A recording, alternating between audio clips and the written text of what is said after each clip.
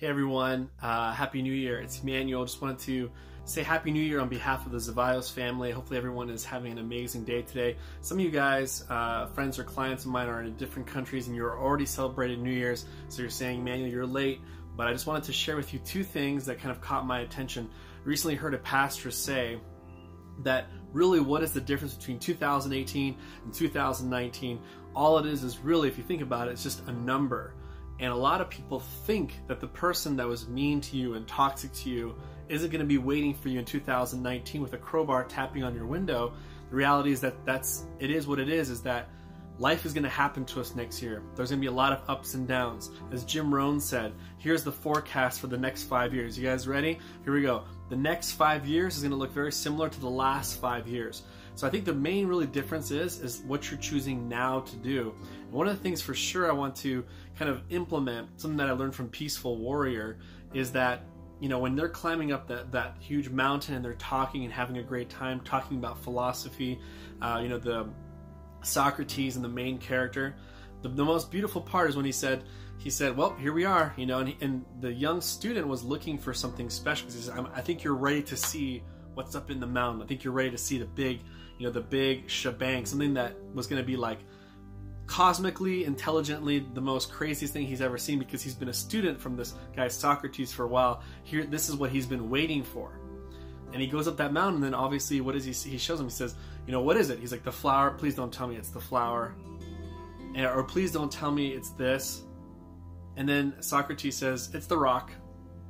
And he picks up the rock, and he's like, this? And he's like, and what he was trying to prove to him is that the rock is just a rock, and that the thing that he brought to his attention, he says, hey, why are you so upset about this rock?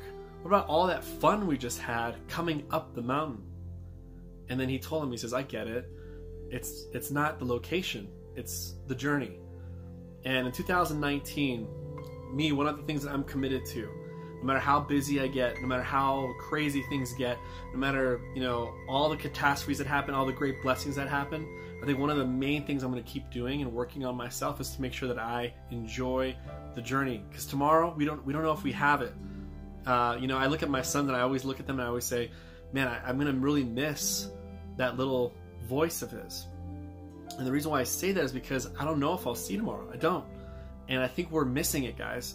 A lot of us have everything.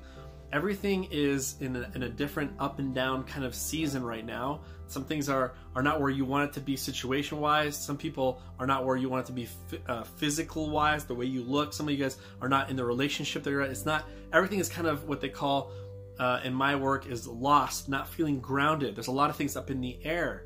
But is there a way that you can actually enjoy the journey, that even though everything is floating up in the air, you can enjoy the moment and say, you know what if today was my last day? Like, so what? So I'm gonna be unhappy because I have all these things that are up in the air. My challenge to all of us is that this is the year where we can enjoy the journey more, and that no matter what happens, I'm not gonna put my happiness in contingency of things that are unfinished and not exactly where I want them to be. And so hopefully this message goes out to someone out there who's like, you know, they're putting these goals and sway in their subconscious is like, when I reach that, then I'll be happy. When I reach that, then I'll be exactly where I want to be. It's like, no, you're exactly where you want to be right now. In fact, Earl Nightingale said that the definition of success is the progressive realization of a worthy ideal. So what he was trying to say was that if you're on your way to becoming something you said you were going to become, that means technically you're successful. If you're doing applications to become a teacher, but you still didn't and you died before you became a teacher, you're technically a success because you were writing out the application. So some of us are writing the application. Some of us are on our way to things. You are successful today. You don't have to wait tomorrow to claim yourself, or a year from now to say you're successful. If you're on the right path and you're on the way to a certain goal with your gifts and talents, then I dub thee successful, and you deserve to have happiness now. And so hopefully, again, this message resonates with you guys, and that's what I want to do. Is like, I help a lot of people out with goals and different plans, things like that, and so do I. Have my own goals and old plans, but I want to be that peaceful warrior that walks up the hill and, you know, says, you know, this rock resembles that I'm always looking for the rock. I'm always looking for something, when really I should just enjoy the journey, enjoy the conversation I was having with my mentor up the hill. And this is the year where I do that. So hopefully this message resonates with you. Happy New Year from the Zevios family. I love you guys, and take care. Bye-bye.